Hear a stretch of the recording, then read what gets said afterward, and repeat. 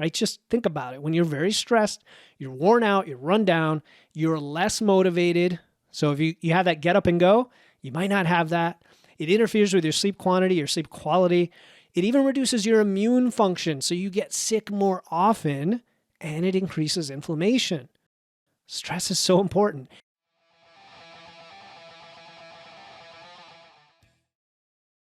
Wits and Weights community, welcome to another solo episode of the Wits and Weights podcast, where we answer questions from you, the listener, sent to me through witsandweights.com, through IG at Wits and Weights, and through our free Facebook community, also called, surprise, Wits and Weights.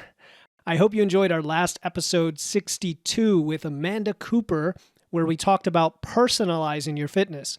Today, for episode 63, we dive into questions about how to modify nutrition and training if you have lipedema, how stress affects training and health, whether occasional fasting can increase longevity while keeping protein high, and a quick fire round where I answer 7 questions sent in by one listener about dietary guidelines, killer plants, getting fat on carbs, metabolic damage, blood sugar and A1C, shredding for a vacation, and how to best measure getting jacked. Let's dive into today's questions. Question number 1 is about lipedema, and it comes from 2 listeners. Tyla S. writes, I was at a conference last fall with PTs who specialize in treating individuals with lymphedema and lipedema. My son was born with primary lymphedema, which is why I was attending. They did an eval on me and said they think I have lipedema stage 1. Interestingly enough, there's no link between the two. Apparently, there isn't much that can be done for it other than maintaining a healthy weight and continuing to exercise and strength train.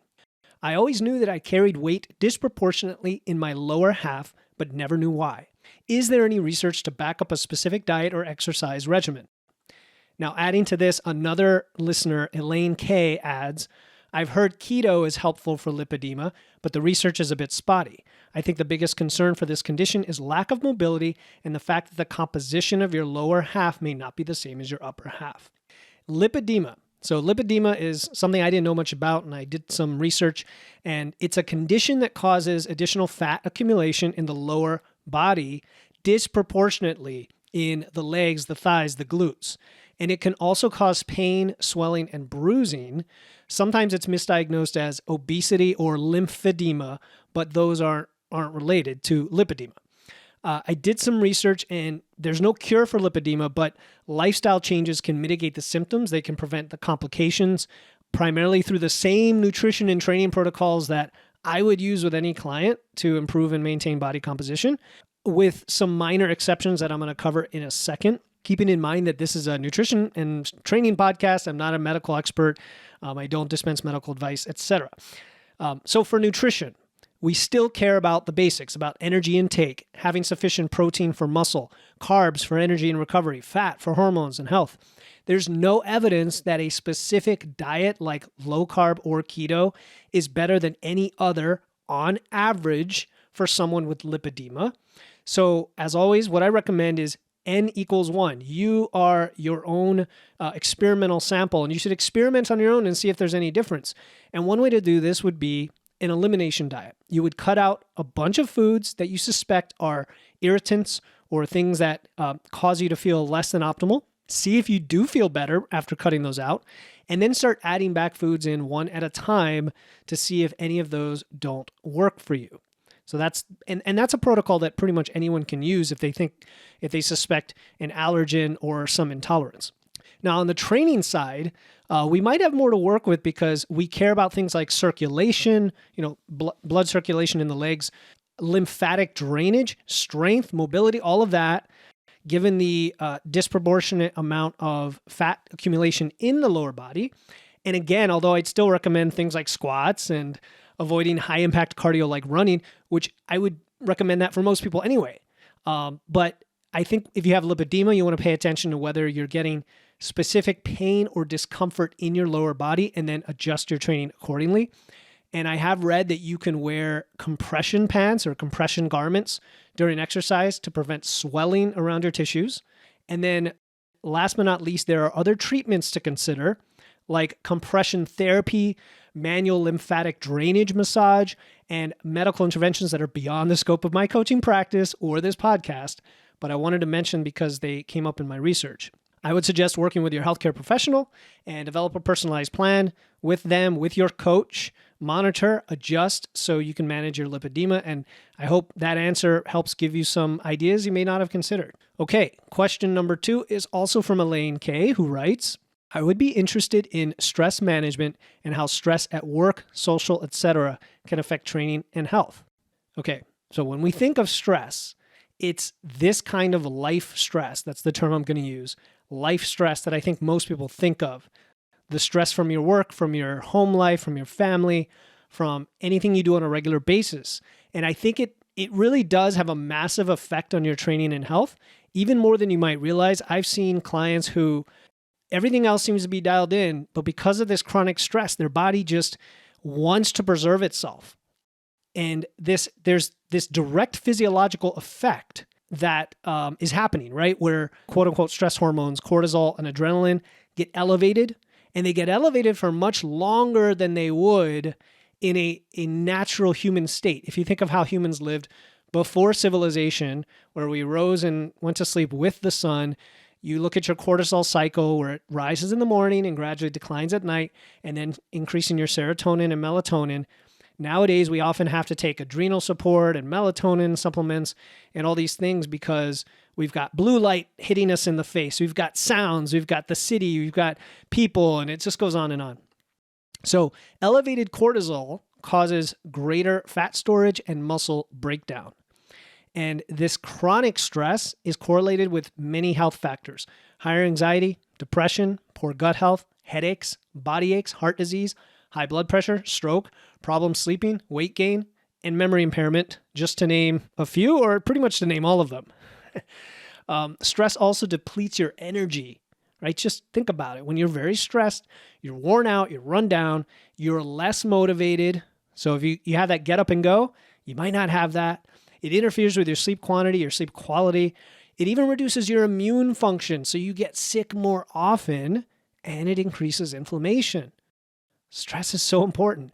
And life stress makes you crave foods. It makes you crave more calorie-dense foods. You end up skipping meals, or you forget to drink water. It affects your nutrition and leads to more emotional eating. And then because life stress affects your mood and your mental health, it can mess with your emotions, your self-esteem, your confidence, your relationships, your quality of life. Okay, so what can we do about it? And what I think we want a good balance. We want balance between acute short-term stressors, the things that we like to do for our body, like strength training, that contribute toward health, and we want to balance between that and our life stress. So even if you can't eliminate the source of the life stress, and I would argue that in many cases, if you really think hard enough and come up with a plan, you probably could eliminate some of that life stress. It just may require getting uncomfortable or making choices outside the scope of what you had thought, like changing your job or moving to a new house. These are big decisions, but if they contribute massively to chronic stress, they affect your health. And if your health is your number one priority, do the math. So if you can't, or even if you can mitigate life stress by training properly and allowing for recovery, eating foods that fuel and feel great for your body, drinking plenty of water, getting plenty of sleep, devoting at least 30 minutes each day to me time, right? Self-care, so that you can relax and recover. So guess what? These are all the things we want to be doing anyway. And once you're aware and cognizant of how important stress is toward your body composition, your nutrition, your training, you will put in the effort to mitigate it or even eliminate it. And I really want you to take a step back and do that right now. Think about those places in your life that cause you stress and know that you are in total control of doing something about it. You can do something. And then you can also mitigate the stress. So I hope that answered your question about stress management. The most value that I got from this was the fact that I had someone that I knew talk to about anything and that there was going to be no judgment. It was just, well, here are your goals. Here's the best way that you're going to achieve it. And then let's work together to help you feel inspired and motivated to do that. And there's a lot of people out there trying to be coaches, and not all of them have done the work. And also to just be a genuine person that is positive and coming from the heart in terms of wanting to help. And Philip really embodied all of those qualities. I would recommend him to just about anyone that's looking to achieve goals in that realm of their nutrition and building new habits. Question 3 is from Alan F., who writes, I just heard Ben Pakulski on his podcast, Muscle Intelligence. Great podcast, by the way. Funny thing is, I subscribe to so many podcasts and I had not come across that one. And I started listening to it, Muscle Intelligence, and I'm really enjoying it, Alan, because his lens, his perspective, his angle is a little bit different than a lot of the Nuts and Bolts podcast. And he says it like it is, but then he also covers some interesting angles that others might not, all backed by the evidence. So great recommendation. I'm happy to recommend other podcasts, and that one I did like, Muscle Intelligence. And he heard Ben say that fasting 3 to 4 times a month can be beneficial for longevity while protein intake remains high. There are many people adopting fasting, not just daily window fasting, which I would refer to as time-restricted feeding, and some people call intermittent fasting, but also multiple day fasting. What is your take on this practice? Okay, I re-reviewed the evidence. Okay, not that I'm some expert, but the evidence is constantly changing, so it's good to get it refreshed in case some big study comes along that just blows everything out of the water. But the evidence on fasting for longevity still appears inconclusive. Even if you did watch the, with Chris Hemsworth, Limitless on Disney, pretty cool show just to show people going into extremes. And he fasted for like 4 days in a row. Insane, but he did. But anyway, many of the studies have been done on animals and they've had mixed results. And I actually found 4 studies that support fasting for longevity, but we have to keep in mind that they are short-term and they are observational. But just to play devil's advocate, I wanted to put them out there so you can look it up. And if you read them and you're like, hey, this seems to support fasting, I want to give it a shot, go for it. Give it a shot, right? It's not for everyone. And if it's beneficial at all, we just don't quite know on humans because we haven't enough of time or studies on humans. Anyway, here are the 4 studies. There's one by Harvard showing that fasting can increase lifespan, slow aging, and improve health by altering the activity of mitochondrial networks inside our cells. There's a review article by Longo et al., and it discussed the benefits and drawbacks of intermittent and periodic fasting for longevity and disease prevention in humans, and it linked them to major nutrient sensing signaling pathways, focusing on the benefits of fasting and refeeding periods. The third one is a clinical trial by Wei et al. That found that a 5-day fasting mimicking diet improved biomarkers of aging, metabolism, and cardiovascular health. And then there's a study by Teruya et al., where fasting increased the levels of metabolites, the specific metabolites that decline with age and are associated with longevity in humans. So pretty cool stuff. There's a lot of data out there, but you have to take it with a grain of salt and read the methodology and so on to really understand what the study is saying. Now, other things need to be considered. The type of fasting, the duration, the frequency, the intensity, your age, your overall health, your goals, and so on. And as mentioned in the podcast where the question came from, you're going to sacrifice a bit of muscle during fasting. So to your question, you could potentially try a protein-only fast, which is a strategy I've recommended for time-restricted feeding when you want to try that. You simply eat protein throughout the day and you avoid fats and carbs during the fasting window. So you get up in the morning and you would just have breakfast as normal, but it would be pure protein. Okay. Then maybe your lunch would be pure protein. But then between 3 and 7 p.m., you would have all your carbs and fats in those meals, and then you're done. And you kind of have a small fasting window and then an extended fast from protein only, and then you start doing your fats and carbs. So that's something that you can try. I think the jury is still out in terms of longevity, but for short-term benefits, there's you and you alone who knows if it's going to work for you. So give it a shot, try it for a few months, Track your biofeedback, track your results, get the data, and compare before and after. All right, good luck. And now, so this is going to be fun. I'm going to do a quick fire round. There are 7 questions from fellow coach and community member Dustin Lambert, who, by the way, he recorded an interview with me that will come out about a month from this episode. I think he wanted to help me fill up some airtime.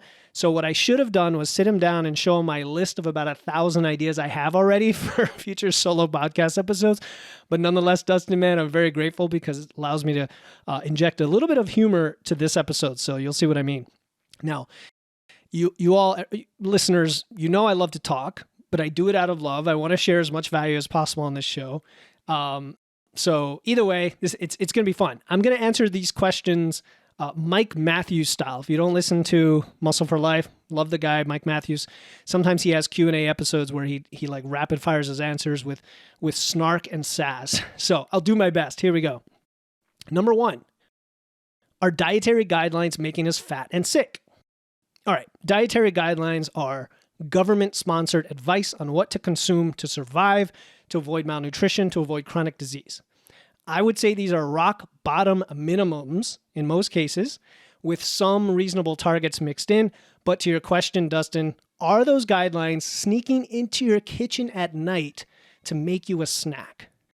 Or here's another angle. Are people who struggle with weight and disease, are they following any guidelines? You tell me, are they following any guidelines at all, even if they wanted to? Chances are they either don't know what to do, or if they listen to this podcast and they're educated on what to do, they struggle with how to do it and being consistent.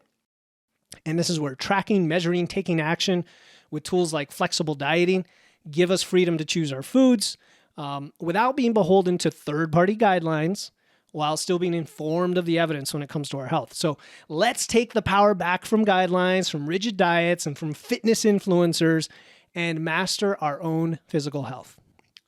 Number 2, are plants trying to kill us? All right, only if you're Seymour in Little Shop of Horrors, where Audrey 2 feeds on human flesh. But otherwise, plants are the best thing since sliced bread, with way more nutrients, vitamins, and minerals. Yes, plants have defense mechanisms like mild toxins and allergens, which is why we generally cook them and eat them in moderation, and we monitor our digestion to identify things that feel great when we consume them and avoid the things that don't. Chances are most people are under-eating plants. I mean, I went for years without eating any vegetables or anything you could call a vegetable. I mean, I had corn and potatoes, but anything green until my wife finally trained me to do it at my request. So thank you, honey, for doing that. Plants have fiber. They fill you up. They fill in your nutrient gaps, and they taste great if you prepare them the right way. Number 3, do carbs make us fat? No, but eating too many calories over a prolonged period will make you fat. Unless carbs are now sentient, with muffins being imbued with ChatGPT brains and now plotting to infiltrate our salads without us knowing, carbs are not going to make you fat. On the contrary, carbs are critical for energy and recovery, and overeating any macro to put you in a calorie surplus is what leads to weight gain. Carbs can keep you full, especially the complex variety like whole grains and vegetables that have lots of fiber and not much sugar, and they can regulate your blood sugar and insulin. 3 cheers to carbs. Number 4, is there any validity to metabolic damage claims? No, none whatsoever, but there is validity to metabolic adaptation. Damage implies permanence, and it's a juicy marketing term to entice desperate people to buy your 8-week rapid weight loss program, but adaptation is just a temporary state where your metabolism or total daily energy expenditure is downregulated and it declines due to stressors like being in a calorie deficit or doing too much cardio, to those of you running a marathon every day, or simply weighing less during a fat loss phase, moving and walking less, and the downregulation of hormones. This is totally normal and easily reversed by recovering to maintenance calories or higher. And by the way, if you use MacroFactor and you know what your expenditure is, you don't have to reverse it up if you don't want to. You can jump straight to maintenance calories. Number 5, if I have normal blood sugar levels, should I strive to prevent spikes and lower my A1C? Okay, spikes in blood sugar are normal after eating certain foods, so don't freak out. Prolonged high blood sugar, however, can be a sign of metabolic disease or what we call prediabetes. A1C measures average blood glucose over a 2 to 3 month period. A normal A1C level is under 5.7%. A pre-diabetic level is between 5.7 and 6.4%. And a diabetic level is 6.5% or higher. If you focus on maintaining a healthy body composition, eating a diverse diet of 80 to 90% whole foods, you're golden. Also, get moving, go for walks, especially after meals. Disclaimer, again, this podcast does not dispense medical advice and is for entertainment purposes only. Number 6, what's the best way to look great for an upcoming vacation? Be you. Have fun. The right blend of confidence, sunshine, a banging pair of shades should do the trick. And here's the thing. Looking great for a vacation by improving your body composition takes time and cannot be rushed in 8 to 12 weeks. Give yourself 6 months before any such event and do the things we talk about on this podcast all the time. Lift heavy weights with progressive overload in the 4 to 6 rep range. Use a flexible dieting approach where you track and measure your calories and macros until you know what and how much you eat. Walk regularly, get plenty of high quality sleep, eat your protein, and take care of yourself. Then periodize your nutrition with the seasons so your fat loss phase takes about 12 to 16 weeks leading up to your vacation. Then wear clothes that you feel great in, smile often, compliment and be kind to others, and try out a new adventure. Most of all, relax and have fun. Number 7, is adding weight to the bar the only metric I need to consider? Well, as they say, variety is the spice of life. Adding weight to the bar is a necessity, especially for beginners, to know that you're actually getting stronger and building muscle. But after a few short months of this, and being consistent with this, you may need to play with reps, sets, volume, frequency, intensity, range of motion, tempo, variation of your movements. Don't forget food, sleep, and recovery. If you're into bodybuilding, you can throw in drop sets, rest pause sets, density sets, isometrics to add some challenge and variety. Be creative, be flexible, but also know that if you are using weight on the bar as your only metric and it's going up, enjoy the gains, bro. All right, that does it for today's Q&A episode. Wits and Weights community, I'm always happy to jump on a free 30-minute call to walk through your specific nutrition and fitness issues and questions. No selling, no pitching. To book a free 30-minute nutrition momentum call, just use the link in my show notes. We'll dive deep into your approach. We'll customize it to get you better results for your health and body composition. Again, just look for that free call link in the show notes. Next week, for episode 64, we have a fun and informative interview with Dr. Rand McClain, also known as America's Longevity Doctor. You'll learn about hormones and hormone replacement, menopause versus menopause, peptides, innovative treatments, the use of AI in medicine, and more. As always, stay strong, and I'll talk to you next time here on the Wits and Weights podcast.